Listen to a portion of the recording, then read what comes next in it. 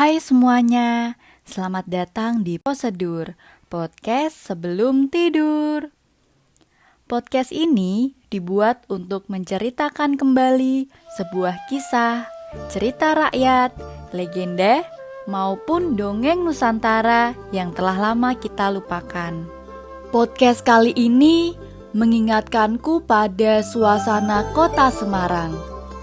Ramainya Simpang 5 saat Minggu pagi, olahraga lari di Trilomba Juang, bahkan sekedar makan tahu gimbal di pinggir jalan pun membuatku rindu dengan kota Semarang.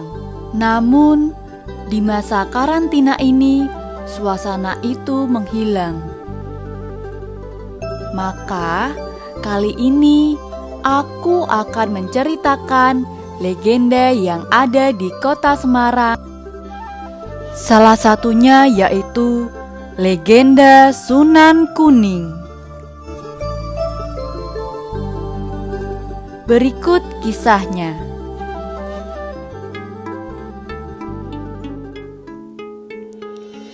Di sebuah tempat, hiduplah seorang petani kaya bernama Saribin. Ia memiliki ratusan kerbau dengan kandang yang amat luas.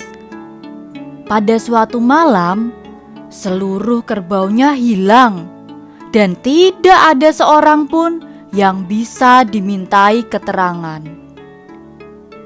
Saribin pun mencari kerbau-kerbau yang hilang tersebut.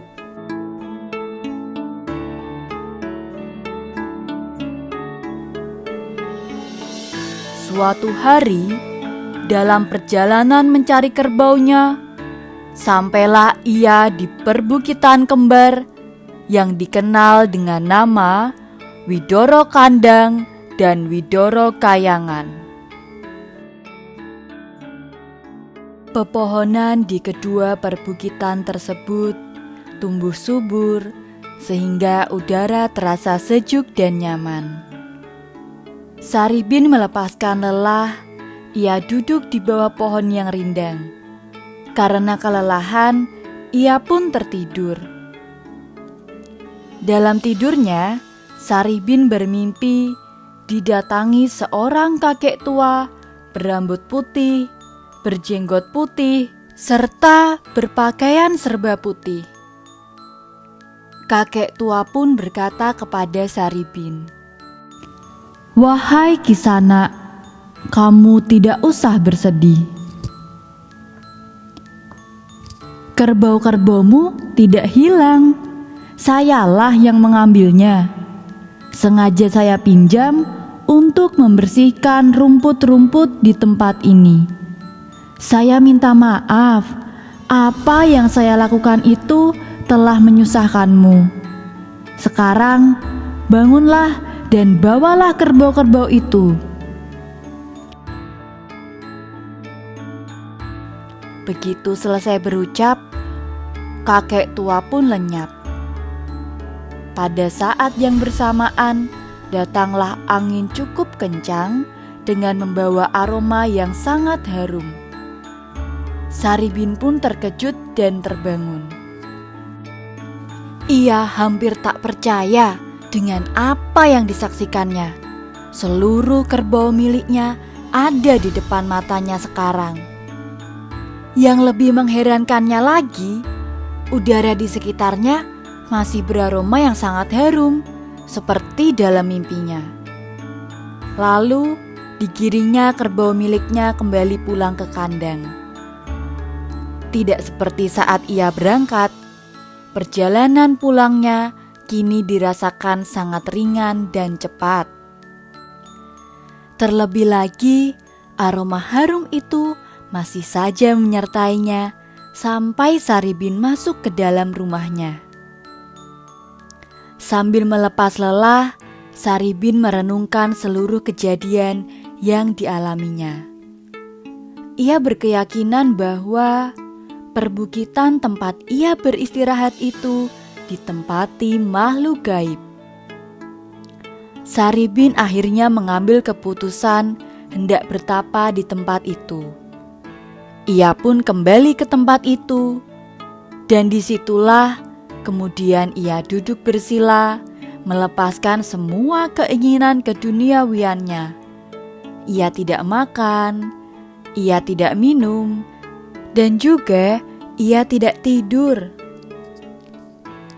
Saribin bertekad tidak akan meninggalkan tempat itu sebelum mendapatkan sesuatu yang melegakan hatinya.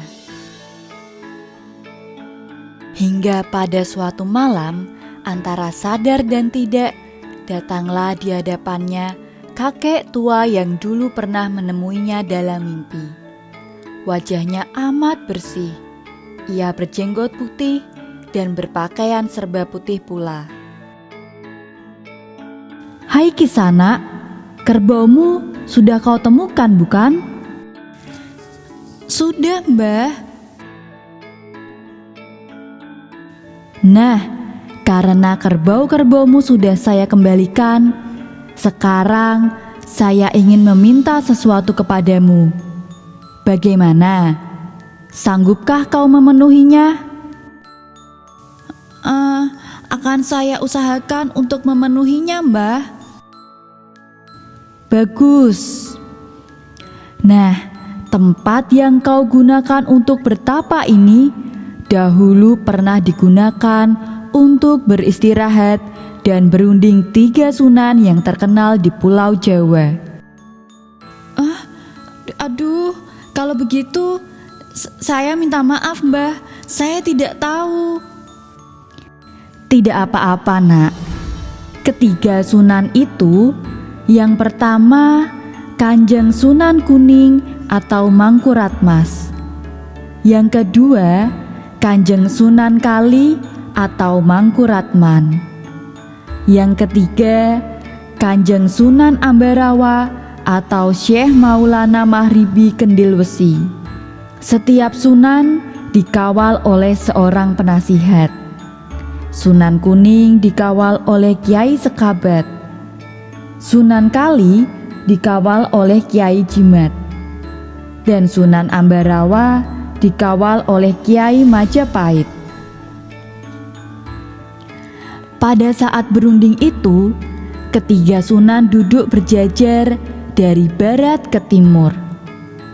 Yang duduk paling barat adalah Sunan Kuning. Di tengah Sunan Kali, dan yang timur Sunan Ambarawa. Mereka duduk di atas batu. "Pesan saya, rawatlah baik-baik tempat ini. Mudah-mudahan Allah akan memberi kemudahan pada engkau dan anak keturunanmu dalam mencari rezeki. Tapi ingat, setelah cukup uangmu, bergegaslah engkau ke tanah suci untuk menunaikan ibadah haji." Begitu selesai kalimat itu, hilang pula lah kakek tua itu. Sejak saat itu, Saribin merawat tempat tersebut dengan baik. Kehidupan Saribin semakin membaik, hasil pertaniannya melimpah, kerbau-kerbaunya beranak pinak, dan sesuai amanat yang diterimanya, Saribin pun pergi ke tanah suci. Akhirnya, ketiga petilasan itu dibuatkan pelindung. Pada hari-hari tertentu, khususnya malam Jumat Kliwon, banyak penduduk sekitar yang datang berziarah ke tempat itu. Saribin kemudian dikenal sebagai juru kunci petilasan tersebut. Sampai sekarang, ketiga petilasan itu masih ada. Tempat itu kini lebih dikenal dengan nama Sunan Kuning yang terletak di wilayah Kecamatan Semarang Barat.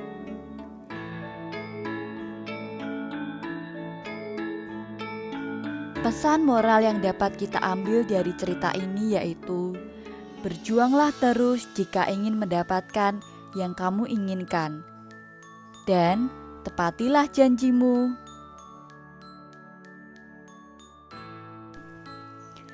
Semoga podcast sebelum tidur ini bisa mengingatkan kembali kisah Nusantara yang telah terlupakan. Sampai bertemu di podcast selanjutnya.